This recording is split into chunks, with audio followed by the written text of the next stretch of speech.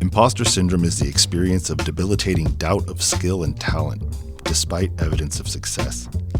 While a common symptom of high achievers and perfectionists, imposter syndrome is frequently the consequence of discrimination, bias, stereotypes, racism, and elitism. Imposters dwell in a persistent fear of being exposed as incompetent or inadequate, a fear that triggers self-doubt, anxiety, burnout, stalled growth, externalization of success, and avoidance. To disrupt this phenomenon for our students, we are asking graduates to share stories from college and career to normalize the experience. This is one of our conversations. Welcome to Imposter. Thank you. With Jasmine, today you were class of 2023 at Lincoln, which means you're now in your third year at UCSD. Start us off telling us about growing up in the neighborhood. What was it like for you? Where'd you grow up? I grew up right here on 45th and Logan, like right here. I went to Porter. Okay. I literally right here. When I went to Porter, I was like, okay, like I'm gonna do the 3 school, like the Porter, Knox, Lincoln. That's what I'm gonna hit. Like I kind of knew like that's what I was gonna do. Wait, you knew this as a kid? Yeah, like while at Porter, you're like, I'm gonna do this. No, not like that, but kind of like when people in elementary would ask you like, oh, like where are you going to middle school? Oh, like I'm going to Knox. Like people in Knox ask you like, oh, like where are you going to high school? Where else? Like I'm gonna go to Lincoln. Like not to say like, okay, well that's where I started at Porter, and then after that I went to Knox. There was not really like any other like, I don't want to say there was no other option, but like why was I gonna go anywhere else? Like I live right here. I'm just gonna stay right here. Were there other options? Did you ever consider anything? No, never. They were never considered. They were just like, they presented. There's Gompers. There's my mom. Like I remember she like one time brought it up. Like, oh, like what if you went to Gompers? The whole uniform thing threw me off, and I was like, no, like not gonna do that one. Like no. So and then it's like I knew people there. Like I grew up with like a lot of them. Like I knew and stuff. So then I just went to Knox. There was like MTM too, but that was like further. So I was like, there's no like really like point of me going. So then I went to Knox, and then like 8th grade came, and my mom was just like, okay, like you're gonna go to Lincoln. Were you aware when you were younger at Knox or even before then of sort of the stereotypes of I didn't even get to finish that, and you were already unfortunately like so explain that to me. It's because I had heard about it like there at like Knox, because I feel like in a way they have like similar stereotypes of like, it's such a bad school for your kids, like they're all fighting. Like I feel like it was very similar, but the one here at Lincoln was, I think, like heavier, of like everybody at like Knox would have like siblings or relatives that already came here, so they would kind of go back and be like, oh, like horror stories and stuff. And then I think like when we were like starting to come, my mom, she kind of like brought it up, like she would like talk about like the fighting and like all that stuff, but I was kind of just like, okay, like, was there any doubt? Was she like hesitant to have you come here? No, I think she I think honestly it was just like a worry, but it was never like we're gonna move you somewhere else. Like, right. It was just in her head, like she thought about it, and that's kind of it. Like I think she was more like hoping that like whatever she heard wasn't true, and like she would just send me, and hopefully like nothing happened. So not to make you speak for your mom, but what does your mom think of Lincoln now? I mean, you have a younger sister who's coming here. I have 3 younger sisters that come here. Yeah, her, she's a senior, and then the other 2 are freshmen. I feel like now I never got into anything bad. I think after I left, she kind of had like a good like idea of Lincoln, because like I know people here, like I know Gately, Melissa knows Gately now, like she's super close with them, and like she would hear like she would hear that like, oh, there's still like stuff going on, but like it never like pertained to us, never like, so it was never really like, she never really like thought about it. Like I feel like now she doesn't really think about it as like such a negative thing, because her daughters are not involved in any of that, because it doesn't pertain to us. Well, I mean, so for me as a teacher, when I began teaching in the community, there was lots of hesitancy from friend groups and family members to have me work in the community. spend one day in the community, you know, it's not like that at all. No. So maybe it's like that familiarity, like Yeah. your mom is becoming comfortable with it and now supports the whole thing. Yeah. Yeah. In a way. Yeah, I do agree. I honestly, I can't like, not that I can't speak too much for her because I haven't really like talked to her. Like, I never really like, I haven't like, since I left to like school and stuff, I haven't really like sat down and talked to her like, oh, like about Lincoln this. Like, I do remember when the younger girls were coming, she was like, yeah, I'm kind of like a little worried like that. My aunt was the one actually. She would say like, oh, I don't think the girl should be going to a school like that. And I was kind of like, girl, I'm right here. Like, I'm fine. I'm right here. I'm like, look at where I am type. Like, that's kind of what I wanted to say. Like, it's okay. It's not so bad. You know, like, do you feel as though where you are today, part of it is because of your experience here at Lincoln? Would you go that far? I think I'm there because of me, not absolutely. Because of like, fair enough. I do want to say like, I think Lincoln very much like taught me like a lot of stuff, but I think like it's more like it helped me see a lot of things that I don't see over there, and it helped me learn about a lot of stuff that isn't highlighted over there, that isn't talked about over there, like isn't like stuff that like academic stuff or non-academic stuff, socially, academically, like especially a lot socially, like a lot socially. Like I want to say like I think that's kind of like I realized like, okay, I'm here. Nobody really wants to, not that nobody really wants to see me up there. But there's a lot of people that would like prefer somebody else to be in that spot. So like kind of have to go and prove people wrong. That's kind of what it, in a way, I feel like that's what it is for a lot of people where they want to prove that stereotype wrong. I mean, okay. You know what I mean? Yeah. I don't want to jump into UCSD stuff yet. It sounds like there's a lot of, you got a lot of feelings about it.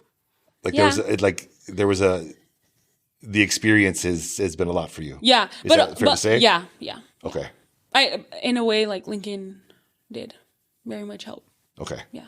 Like very. So tell us about your experience here at Lincoln then. What was it like for you being here? Okay, I got here. Memories or I got favorite things, those kinds of things. And then I honestly feel like my freshman year was like a blur because then it ended. Not it ended, but we went to quarantine. Oh, that's right. Yeah. I don't remember like when, but I know we didn't finish here. So I think the first year, like the first like it was like April of your freshman year when we did. But like before that, like I mean the classes were cool, like people were like I was meeting new people, like that was it. It's kind of like nothing bad. Like I had nothing really like bad to say. Like okay. And then coming back from online learning, how was that for you? No, I don't like it. You did okay. No. Leave that one alone. I think it's not even like that. It's just people learn differently, and I wasn't one of the people that learned like efficiently with asynchronous. Gotcha. Makes sense. That's just the only thing. Like it was, I didn't like always being home and like just like learning off the computer. Like I just read an article by a neuroscientist who was talking about generational knowledge and how this current generation is the first that is not surpassing their parents in terms of intellectual ability. Mm-hmm. And he traces it all the way back to the introduction of technology into the classrooms. Yeah, probably like all that asynchronous learning. All of that kind of stuff. Because what the reality is that we're humans. We learn by interacting with humans and doing that kind of stuff. And your generation was robbed of that. Mm-hmm. Yeah. For at least a full year, and still we're still trying to get back to it. We're still online classrooms and stuff still happening. Yeah, no, yeah. So that whole process is causing, intellectual damage. So glad you got back to school. Yeah. When you did get back, you seemed to thrive. Yeah, I did. Because that's when I met you. Yes, that was junior year. Yeah, sophomore year we came back for like the little bit at the end. Remember we had like we could come back. I only came back because, I was playing soccer with Gailey, and that's when I like started to get in touch a lot with the ASB stuff. Like once I came back, that's when I was super close to her. Mm-hmm. So I'm like, okay, I'm going to help you like the ASB. I really liked it. I really did enjoy doing it. And then junior year is like, we fully came back. I was like in ASB. That's when I took you. Yeah, that's when I took you. The AP language class. Yeah, Yeah. yes. I forgot what else I was taking. You were doing ASB. You did soccer. Yeah. What other programs and stuff were you involved in while you were here? I did ASB. I did the yearbook at the very end, like shortly. I did the SGT. You were a member on SGT? And then I did Wahupa, but I don't feel like I took advantage of it. Like there was more people tapped into it than I was, but I was like involved in it and like I knew what it was. And, I got you. I did use the resources when I really, really had to, but I think I could have taken more advantage of it. Okay. Could have taken more of the resources. I think I did soccer, but it was kind of just like I never took it too seriously. You know why? Like you already. I'm not gonna say it. Yeah, that's how you know I didn't take it too seriously. Okay. Like I kind of did it. I'll say it off camera when she's gone. Yeah, good. I took I got it a picture was of it. more like my friends were doing it. Yeah. So like I'll do it. Like I mean, if nothing else, you're involved, right? Yeah, exactly. Yeah. Okay. I think it was just like ASB, the SGT, the Wahupa. I'm pretty sure that's all I did. I think that's all I did. Right. Yeah. Any one thing stand out, like a memory of your experience in high school? Other than the trauma of online learning and all that? I don't know. Like, I think You don't have to call people out. like That's a not what I'm good asking like for. experience, like a. Hopefully a good experience. Yeah. But Well, I mean, yeah, I feel like I mean, we've had a lot of stuff happen. on this I think that's campus. what We've it had is. Like, of there's a stuff, lot of stuff that like not happened, but like. and it's not all bad. It's like No, it's no, people no. finding voice and activism and all that kind of stuff going on. I think I have pretty good memory of like the ASB stuff. Like Okay. I think we did like a lot. Like we Yeah, did. I feel like when I was here, like not even just my senior year, like the last year, but like both years I was here, I remember we did like a lot with Gailey, and I liked it. Like I really liked to like do all that stuff, and then like, the next year, like getting recognized for it, like when you go to like the ASB lower floor leaders. Yeah, that was super cool because like you're in a room with like a bunch of people that like you didn't even know like existed. Like you're like all over. All around San Diego? Yes. Like not just San Diego, like all over. Like it was like, I remember there was a lot of schools from like the Carlsbad schools, like a lot of like schools outside of San Diego. You make any connections? No. With like the El Cajon school. Like that's it. Like the El Cajon Valley school, not any of the other ones. Like, no. All right. So, graduated. What was GPA when you graduated? Like a 4.17. 4.17. Yeah, I think, yeah. And how did you get to UCSD? How did you make that choice? What was the process of applying there like? Okay, I applied on the UC app. Like Right. I remember it like all came out. And Before we get started, let's just be clear. She's your first generation, yeah. right? Yeah. So going through this process what was that like? It was hard. Like I didn't even know like what to do. Like I remember when like my junior year came and like everybody was like, I would see all the seniors, all my friends like that were seniors that were doing it. I was like, oh, that's gonna be me next year. Like I'm gonna have to be doing all of that. So then I remember the first obstacle I hit was probably like the applications, like the college applications. The application process itself. Yeah, starting the UC application, I was kind of like, the PIQs, like I remember doing them with Hash. I remember doing them like previously, but I didn't think I was gonna actually use them. I think that's what it was. So then we got to like the PIQs, and then I was like, oh, okay, like I have like some help, like whatever. And then I'm like filling out this like application, and I'm like, it's asking me like about my parents, the financials, like all that stuff. And I kind of just have to like, to be honest, I'm asking Gately. I'm asking my cousin that's like older than me, but that we aren't like, I didn't ask her for everything. I asked her for like the stuff that at the end I could not figure out. Right. So then I do like the UC. I remember the UC application took me probably the longest, like, because that one is like the one you hear, like, they're so like, they really like the PIQs. Like you have to make sure that those are super, super good, like before you submit them, like whatever. And then The process frustrating you? Frustrating for you? Frustrating for me because it was my senior year. I'm like balancing out school, like the ASB, like, and then I still have to School, apply. ASB applications, and senioritis, right? Yeah. And all that or extra like stuff. me not wanting to come. Yeah. Like me not wanting to go to school. Yeah. I think that was the hardest part. I was like, oh my goodness, like, yeah, the application is one thing, but that's not all I'm doing. I'm also like involved in school. I'm also like, still doing the AP stuff. Like, I remember it was like the whole PIQs, and I think Miss Gans like assigned me like an essay that I had to turn in like that at the end of the week, and I was like still doing it. And I was like, oh, okay, like, okay, whatever. So then I'm like trying to figure out the UC application. I think it did just get frustrating when I had to like balance everything out. Like, I think that's when like. But like, you found a way to balance it out. Yeah. I think the way is that like I don't think I ever took a step back from anything. I think I just had to like do more with the application. Like, I think that's the thing where I was like, okay, if anything that I'm going to do is like I'm going to do better. Like, I has to be that application. Like, I have to do the best on that application. You have some prioritizing of stuff there. Yeah. What's going to be important? Yeah. You helping her out with it? Yeah. Some of it, I can't lie. Like, I feel like some of it I've tried to let her like figure out on her own. I've tried. Look at you being like a teacher. Yeah, I know. Look at that. What? I know.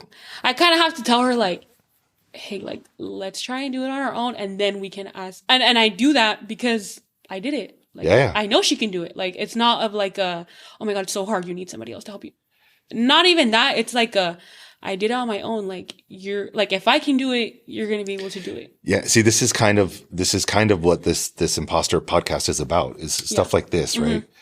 She's fully capable. Yeah. Right? Everybody. And has all the skills and all the knowledge and everything that she needs. Mm-hmm. But one little step in the process. Yeah. It's extra frustrating for her because there's no extra support or there's no one else that she can go to that she's been through, right? Yeah. So she's made to feel as though she doesn't belong. That's like those instances where I was like, oh my God, like, maybe I shouldn't be doing this. Like, I don't know what to put in some of these like answers. I heard you had some of those same doubts about your freshman year. When I was going. Yeah, when you got there. Yeah. So you graduated Lincoln, Chancellor Scholar? Yeah. So full ride, paid for UCSD. Yeah. Have to live on campus. Mm-hmm. So you're out of the home for the first time by yourself. Mm-hmm. In a triple, which Manny talked about last time, right? Yeah. Anyone look like you in that triple? There's I had a Chinese girl and a Filipina girl. I will say the whole suite none of them were white. I'll tell you that. Like, none of them were white. Okay. The suite over, the room over was like 2 Latina girls and another Asian, and the other 2 were like Middle Eastern. Yeah. So we were talking a little bit earlier about how you feel as though you're a junior now, and your class specifically very white, very Asian heavy, but that you're noticing that the class levels below you seem to be a little more diverse. Yeah. Also, which again, we were talking about, like, I don't know, like, if they're the class level under, but on campus, like, I feel like I've been seeing, like, a lot more, like, non-white people. Like, how does that make you feel on campus? It feels good. Like, it feels good to see other people like you when you haven't seen people that look like you. Yeah, freshman year, you didn't see many of those people. No. All right, so let's talk about freshman year, that experience. Okay, so I remember when I got accepted, the only reason that I'll be honest, like, the only reason I really, really went is because I had it all paid for. Like, well, that's a pretty big reason. Yeah, I know. But I think a lot of people were like, oh, like, there's other schools, like, there's other schools. Were you considering other schools? No. I got into San Diego State, but you're like, no, they're paying for it. Let's go. And also, I had, out of like all the schools that I visited when I was here or in middle school, like, UCSD was like the one that I really liked. Like, I really liked the campus. I really liked it. I have like, I don't know, like, memories of like going and like really liking it. Like, it's such a pretty campus. Like, I had only heard like good things about it or whatever. And so then and I decided to go. And you accepted it with your first major? I got accepted with the cognitive and behavioral neuroscience major. Okay. And then. And what is your official major now? Now it's a bachelor's of science in developmental psychology. Yeah. What kind of job would that lead to in the future? What is the goal? I think a lot of people, when they get that major, they go into a master's and they go for a PhD and stuff like that. Like, it's not really to become like a clinical psychologist or something like that. Yeah. Okay. Like, that's kind of usually the goal with that major that they go to like Is that grad your school goal? after. Yeah, I'm thinking that I'm gonna have to go to grad school after. Yeah. Okay, I'll be honest. Like I have not even like I haven't thought about it, but I've tried my best to not dwell on it too much because I'm gonna get full of worry and anxiety of like I don't know what I'm gonna do next. Like I don't know what I'm gonna do next. Like Is that what happened your freshman year? yeah. That kind of anxiety? Oh, yeah. So tell us about that anxiety and how you dealt with it. What was stressing you out? What kind of stuff? The classes, like I remember I like enrolled in because when you get to UCSD and like if your major needs like math, you have to take like a placement exam, and I took it and I placed until like pre-calculus. Okay. That class like absolutely like made me feel like, oh my God, I do not belong here. Like the first class that I took there, I remember sitting there in that class and I was in a class of like 300 students. Full on lecture. Like a big class, the professor just like going and going and going and she's like not stopping. Like she's just going and going. Like if you're behind, like you're behind. Like you gotta just keep up with her. Like I remember sitting there and I was just like looking at all the material and I was like, oh no, like, oh no. So in terms of process and stuff like that, it's very different than classes here at Lincoln, right? Where a goal of ours is to know the students, right? To interact in that way, but it went out the window. Yeah, it went out the window. Like as soon as I seen all the enrollment say like 300 people, like I kind of knew that like it wasn't gonna be like one-on-one. Like you're gonna get to know no, like none of that stuff. No, it's only in like the discussions. You know how I was saying something like a lot of these like big lectures sometimes will have like they're called like discussion classes where it's like a TA, not the professor, a TA, like a grad student, and then a bunch of like 30 kids. And that's when you can have your one-on-one time. So the only time you really interacted with the professor is if maybe you had a question from the back of the lecture hall, or if you like want to stay after class and ask the professor something. I got you. Yeah. Okay, that's the only time where you can like directly ask the professor or like talk to the professor or whatever. So what's the struggle in that class is academic. First, well, it's the social aspect of the classroom, right? The dynamic of the classroom was part of it. Yeah. But academically, in terms of content. Yeah, like I think none of the math here would have like prepared me for that class, like honestly. And seriously. And honestly, like the continuing classes, because it's not just like you take one and that's it. No, you're taking one. This is like the pre, and then you're taking the first, and then the second, and then the third. So it's like me seeing that first class. That's why I got so scared. I got so scared because I knew that I needed the classes after that. So I was kind of like, and if you're already struggling, exactly. So you're in that little cycle. Exactly. Yeah. I was in that cycle of like, oh my God, this is the easiest it's going to get for me. That's what I remember saying that to myself a lot. I remember saying like, this class is like the easiest to a lot of people. And this is like the hardest thing I've like encountered. Like my other two classes were not that bad. I took like a remote class, like a ethnic studies remote class. It was cool. It was nice. And then I took like a Spanish class the first year. And that was like, okay. I only took 3 because that math class was like too much for me. Like not that I'm not trying to dissect this. No. Yeah. But what was the highest math class you took here on campus? Honors pre-calculus. And did you struggle with your math classes here? Like, is math your subject is what I'm trying to ask. No, not really. So it was something you were uncomfortable with a little bit already? I'll say, I think I want to attribute that to like, I took honors pre-calculus on Zoom. Like that's why I feel like that makes sense too, yeah. That's why I feel like I wasn't like too like familiar with anything. And you know what is crazy is that when we went back and when we were looking, like when I was in that class, I remember like looking back at like notes from Lincoln and it was there like a lot, like not a lot of that stuff, but some of the like theorems and like a lot of like not a lot of the stuff, but some of the theorems, some of the ideas, like I remember they're in my notes. They did not retain, like none of it like really like stuck in my head. And after I took that honors pre-calculus, I kind of knew like I'm not going to sign myself for AP, AB Calc and BC Calc. Like I'm not going to like do that to myself. Right. Like knowing I didn't struggle in the other math classes. Like I took the math 1, the math 2, the math 3, and then that one. And then I also took discrete math. That one was like, I took that like my junior year. I don't remember. I took it just like 1 quarter. That one was fun. It was cool. But I heard it gets harder. I have heard that. Yeah. And freshman year, it got really hard for you. Yeah, when I What'd you end up getting in the class? What was your grade? I failed the class. You failed the class. Yeah, I failed the class. And like I feel like I don't know how to explain it to a lot of people, or like it literally made me feel like I need to drop out like tomorrow. Like I remember once I took that exam, I was sitting next to my now friend, and we were just talking about it. We were just like, no, like this exam, like no, like no. And then Who else did you talk to? Like, who did you have anyone else? Were there resources there? Yes, but I'm like a little shy girl. I just got there. I'm a little shy little girl. Just got there. Don't really know who I can talk to. Don't really know like how I can talk to people. And so then I met this friend in that class. Looks like me, sounds like me, is another Latino like that I know. And we're like talking about the exam, and we're just like, no, like. And I remember after like leaving the exam, I was like, no, like there's no way, I just like save my whole grade. Like there's like no way.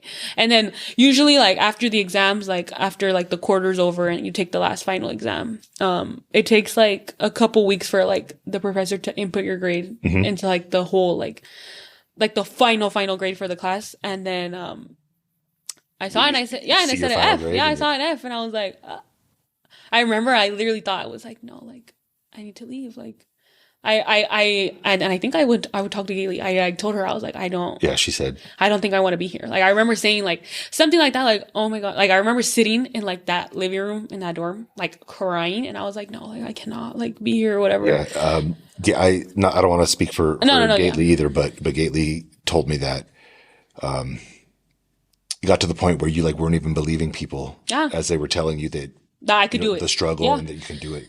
I think her is like what, like she really like helped me, and like to be like, bro, no, like what are you talking about? Like you just got there, like it's your first class there. Like that's I remember like kind of what she told me, and she was like, no, like it's your first class there, like you can't, like it's one class, like you just failed one class. And now like it like now if I was to hear her saying that, like it makes so much sense. Like it is just one class. It is just one class. Like you have the room to mess up a little bit. Doesn't mean like go and mess up every single time, but like there's like a little bit of room for mistakes to happen. Like so then after got that grade. Go ahead. Yeah. Go. I had to retake the class. Like there was no way. Like I had to retake that same class. So then I retook it, and I saw the same person that was next to me in that class. And I was like, oh my God, like he failed the class with me. I was like, there's no way. But I literally said that. I was like, oh my God, he failed the class. Like there's no other reason why you would also be in this class. And then I think I also enrolled in like a biology class at that time. And it was like I took math, biology, and another class. I honestly can't remember what it was. I don't even remember what it was. It's like another. It's almost like it's the acknowledgement of, I'm not perfect. You don't have to be perfect. Like there is a little grace there. Yeah, exactly. Right? I think that's exactly what was like I was thinking about. I was like, after I realized, because it took, I'm not gonna lie, like it took like a really big toll on me. Like I remember winter break, I was like, I went back home and I was like so sad. I was like, everybody was like asking me like, oh, like how was school? Like that's the last thing I want to talk about. Like that is like that was the question I dreaded the most the whole like winter break, when I was like, oh my God, like how was school? Like no, I don't. How do I sit here and tell you that I just failed a class in my first semester? You know what I mean? Especially since you all were rooting for me, just 6 months ago. How am I going to sit here and tell you guys that I failed and disappoint you guys? Like wow. That's my thing.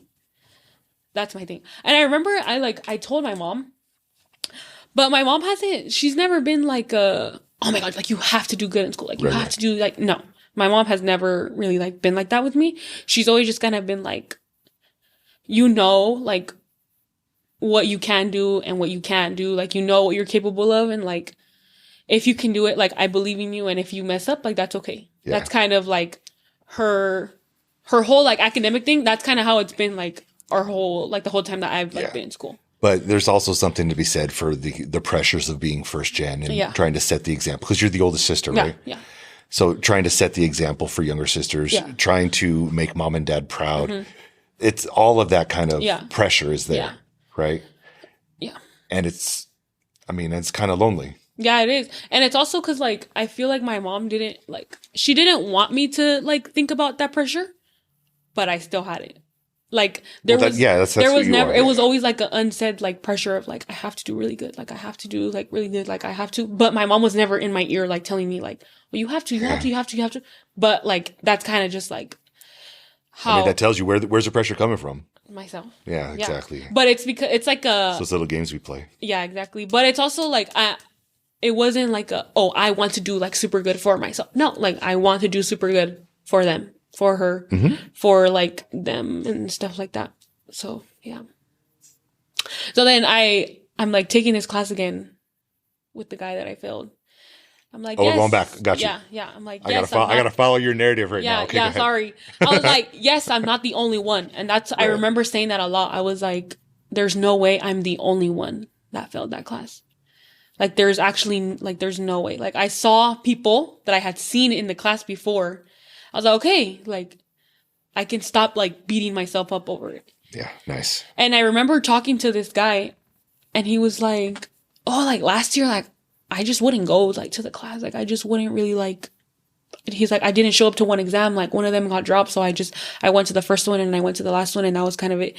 And I was like, oh, my God, like, how are you thinking about everything so, like how you're so casual about it all? Yes, exactly. Exactly. And that's always been like how are you not like overthinking of like. That's because you're over there beating yourself up over it all. Yeah. That's exactly what it is. And I remember I was talking to him about it. And he was like, yeah, like, he's like, yeah, I just had to take the class again. Like, it's okay. Like, da-da-da. And that really like helped a lot. Like, I'm not gonna lie. Like, he really helped me a lot, like realize that like, okay, not that it's not that serious, but like, don't beat yourself up too much over it. Yeah. Like, don't. So some of the messaging that we've gotten from previous guests is like that academic element is a part. It's only one part of the entire experience, and if that's all you're focused on, you're going to end up that nervous wreck. Like you're going to end up burning yourself out and thinking like you don't belong here because of like the academia and all of that stuff. Like right. Yeah, but then like that's not all it is. Like it's like you're there academically like for one part, but like. Truly, that's not the only thing there is there. Like especially when you're like, I'll say it's different for like commuters that are not on campus like all the time. Like the social aspect is very different. When okay. So because you're on campus, you're experiencing the on-campus life. What is the on-campus life like? What do they have to offer there? Because I mean, it's not known as an athletic school. No. Right? It's known as an academic school. So what else is there other than academics there? I feel like there's like a lot of like, you're living in this like, okay, so I'm like living in this community, like I'm like living in like a really big tower and it's like a lot of people or whatever. You don't really see like a lot of people unless you're like out there looking for it. Like you're not really, if you do not put yourself out there, you're not going to meet anybody like that. I feel like that's the bottom line. Like if you do not put yourself out there, and you're not trying to make friends, you're not trying to like get into like these programs, which is the same. Like that's the social life that like you're asking me about. That's what it is. Like there's like, they're having like mixers on the beach. Like they're having like stuff where you can meet people. Like, did you go to mixers on the beach? No. I was gonna like, I feel like it was hard for me because it's like, I'm so used to like people like me. Like I'm so used to like, I was kind of in a way the big general community that's here. Yes. And it's like, it's you like, as soon as I got there and like the day I moved in, I knew like the day I moved in and I seen all these people, like I saw like a couple Hispanic families helping their family, like their people come in, like their siblings or their people coming in. Like that's all I saw. So kind of like, that was when I got an idea of like, okay, the social life of living here with people like this is going to be a little like hard. Like it's going to be some adjustment. There's some adjustment. Yeah. That's gonna happen. Yeah. And then you like I remember like the first week they have like a bunch of like events and stuff, but I really like, I would hate to be like, oh, it's so boring. But in a way, like I'm not interested in like going to a beach and like standing there and like talking to people who are socially awkward and like, they're not gonna like match your energy and like they're not gonna. So what do you do then? Because you're not in class all the time. Are you working right now too? Yeah. No, I quit before I went to school. Oh, so you're doing just academics Yeah, right I now? was literally just doing that because if I when I was working, I was like, oh, I don't think I'm gonna be able to do it. Like, Right. I don't think I was gonna be able to handle like the workload. Well, that's the benefit of the And scholarship. yeah, exactly. So then I left my job and I just came, and I think So then what do you do? I was hanging out a lot with not a lot, but I was hanging out with the two girls that also went from Lincoln. They also went. I remember we were hanging out a lot, and then a lot of it, like, I would just like explore. Like, I would just walk Explore around. the campus? Yeah, I would just like walk around, go to the beach. Like, there was like right there where we lived, literally like 10-15 minutes away. You just walk and like there's like the best view of like La Jolla right there. It's like, I feel like I would explore a lot, and then I would like explore my classes. Boring. I know, boring. Seems boring, but I'll say like that's my fault. Like, I didn't. Okay, fair enough. But I think a part of it might be like the sense of community and stuff that's developed there. I feel like I didn't fit. Like, I felt like wasn't gonna fit in any of those programs that they were having, in any of those events that they were having. Like, feel like I was not gonna like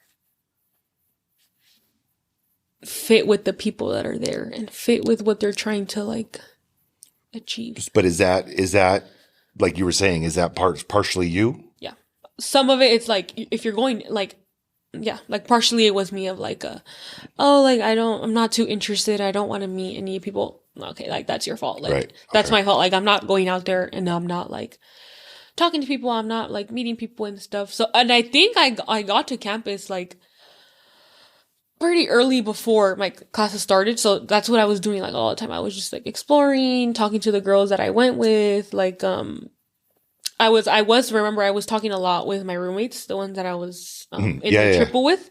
One of them I'm still super, super close with today. And then the other one, I'm living with her right now, but we're just not like as close. So I remember we were like, I remember there would be like nights when we were just like all in our bed and we were just like talking. We were all just like talking stuff. We never like hung out, but like, I remember if we did, I would go with them and I would hang out with them.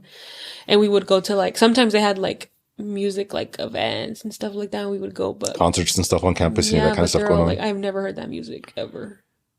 And you didn't want to explore it? And I heard, I was there, I went. Oh, you okay? Man, I didn't have fun. Like, that's why I wouldn't. I think, okay, so that's when I talk about the idea of like culture is like, yeah, they're not playing music that you might like or be interested in. Yeah. You have to like intentionally go seek that kind of stuff out. And it's not really easy to find in certain parts of town. You know what I mean? No. And then is that part of the imposter syndrome there? Is like, it's, I don't want to say it's not welcoming, but it's kind of not really welcoming for someone. Yeah. Like, it's not like you're expecting these events to be like for the people and it's for one that one kind of group of people. That's what it is. I think that's kind of how like like you kind of like you hear that there's like these events and stuff and you get there and you're like, yeah, I got you. It's not something that like I hate to say like that I'm not interested in, but it's not something I'm used to, and they're not things that like I've ever put. There's not situations I would ever have put myself out there before.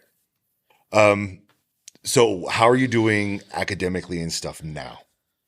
It sounds like freshman year was pretty traumatic. Yeah, you're literally questioning. Okay, I won't lie. The first quarter was very like traumatic. That was like the worst. Like the first quarter, the other two. I think the second one, I was like, okay. Like my third quarter was like I did it like pretty good. Like, so a little bit of the pressure was off, and you were able to sort of And then and how you doing now?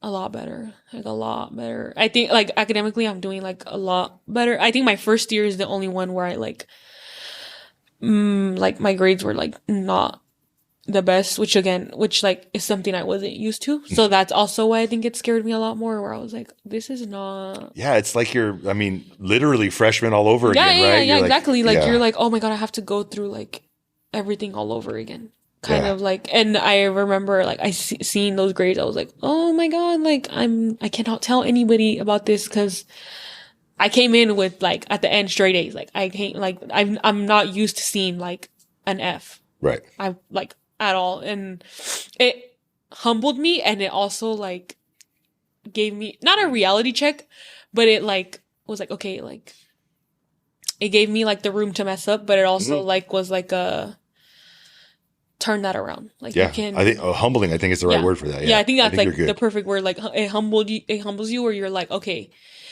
you're not always gonna be that straight A student that you came into as like. And I feel like, if I'm gonna be honest, I feel like that was a hard reality for a lot of people that went in. Like, I feel like I've heard that like a lot of the times where they're like, yeah, like everybody that I know that goes there, I was a straight A student. I was this. I was a straight A. Like I've always gotten A's, and then like they don't do as good until they get scared. It got me the worst. It got me the worst. I mean, we've had several students that are chancellor scholarships that walk away from it because they're scared. Now I'm doing a lot better. Like I feel like after my second year. Well, I mean, you're already talking to me about graduate school and stuff, so I think you're doing okay. Yeah, I remember after the second year, I felt like, okay, I have like a grip on it, and I know the process of like the first 2 years, so like I'll be okay. Like I kind of know how everything like Jasmine goes. Well, you'll be okay. No, I know, but I'm saying like for people that are like after their first year, like it's hard to like. For people to be like, okay, maybe I won't like be okay for the rest. Well, I mean, that's why you're here talking to them right now. I know. Hopefully they'll have someone, they'll listen to this and they'll be like, yeah, if Jasmine can do it. That's, I told myself that a lot. I was like, I can do like, I was like, if like somebody has gotten this major before, like there's no way I can't do it. Like I told myself that a lot. Like somebody You're super competitive, aren't you? Like with yourself. Yeah, that's what it is. Yeah. I was going to say not with everybody else, but I feel like with myself, and it's because like, it's hard not to be with yourself. I agree. I'm competitive. Like, yeah, you kind of like you like. I feel like I don't like to be competitive with like other people at school like that, because it's like I'm not like. No, but you hold yourself to a high standard. Yes, exactly. Right? Yeah. Like you kind of like want to like, especially me. Like I wanted to like hold myself to like higher standard. Like I can do better. I can do better. Well, that's that. And part of that is that first gen thing, right? You got everyone back at home watching. Yeah, exactly. You kind of have to do like. It's a lot of pressure. Super good. Yeah. All right. So, what advice would you give to the Lincoln seniors right now, or even the juniors that are just now starting to think about filling out those PIQs you were talking about and stuff? I feel like I was telling her, like, the earlier the better for those PIQs. Like, the earlier the better. Write whatever you want, like, in your junior year, like, write whatever you want. Like, you write whatever you want. Just get ideas on paper. Yeah, exactly. Like, just have an idea. Because, like, I don't want to, like, shade her. But like she was like kind of unprepared when I like her senior year, when I was like talking to her about it, and like she was telling me about like PIQs, and like she hadn't really started, and I was like, huh? Like I would have been like, we started a year before. Hey, like, there was a time here at Lincoln where we had to disrupt the regular English curriculum to start doing it right. Yeah. Now we have avid classes that we're starting to build this program, and so it's becoming. Yeah. More of the tradition of Lincoln, right? Is that we start these things a little earlier. I think, and also like the other advice would just be like, you're not like, it's not like I don't know how to say, like the imposter syndrome like will only get you so far, but then you kind of realize that like, in a way, I want to say like, not I beat it, but like you have the opportunity to be there. You know, like you've earned it. Yeah, like you as soon as you get into the school, as soon as you get into somewhere, as soon as you just get that opportunity, you're in. Like nobody can take that away from you. Nobody but yourself can take that away from you. I mean, if you think about it, a college is not going to admit a student who's not qualified. No. That's bad business for them. Exactly. Like as long as like, not even as long as like, as soon as a university like sees like, okay, let her in, like you're in, like you like have surpassed a lot of people, and like you're part of like a bigger thing now. Like, so recognize that value. Yeah, like recognize that value of like, as soon as you get in, like nobody can really like take that away from you. Like the only person that can really like take that away from you is yourself. Like where you like strip an opportunity away from yourself, or like you try to like make yourself feel like, oh, I just don't belong here. Like I just don't like. No, you're there. You are there, and the only thing you can do now is like do better. Like I think that's what I like try to like tell myself that a lot. I try to say like, I'm here. Like, what is anybody gonna tell me? Like, Well, I'm going to push back a little bit on you Why? right now. I don't think you have to do better. You're already doing great. You have to be you. You have to be you. I know. You already earned the spot there, Yeah. right? Yeah. Just keep doing what you're doing. Take my own advice. A little bit of that. Yeah. Yeah. A little bit of that. But it's hard because like you can always do better. Like there's always room for improvement. But like when you're fair enough. Yeah, Fair but enough. yeah, like there's always room for improvement for yourself. And like when it's like that first gen, like when you have people watching you, when you have people that are at home, like knowing where you are, like you kind of have to do better. Like they don't know, like I feel like my mom doesn't like. She probably thinks I'm like doing the best right now. But I know I can do better. Okay, in her eyes, you already are. I What know are you exactly, talking about? and I know exactly. It's me But speaking it's as a parent now, right? But it's that first gen thing where it's like do it for like you can do more. Like you can just do more, and you can do more, and like you can like be better and stuff. And but like I think you're starting to drop some gems right now. By that I mean you're talking about things I think a lot of our students are going to be able to relate to. yeah, it's. I think also I literally was like talking to my friends like before coming. Mm-hmm. We were like talking about it, and we were just talking about like that imposter syndrome. Like it's so hard to like get out of when you're like first in it, because I literally felt like an imposter the first day that like, I got there. But like it's so hard to like take yourself out. But when you take yourself out, you realize like, bro, like you're in, like you're in, like bro, like you're in, like you're doing so good, and like you can only like. Again, like yeah, but when you're in it, it's hard to see it from the, it's so hard. Like yeah, it's like the hard. Like I feel like I'm talking like I've experienced it myself. I haven't really. Yeah.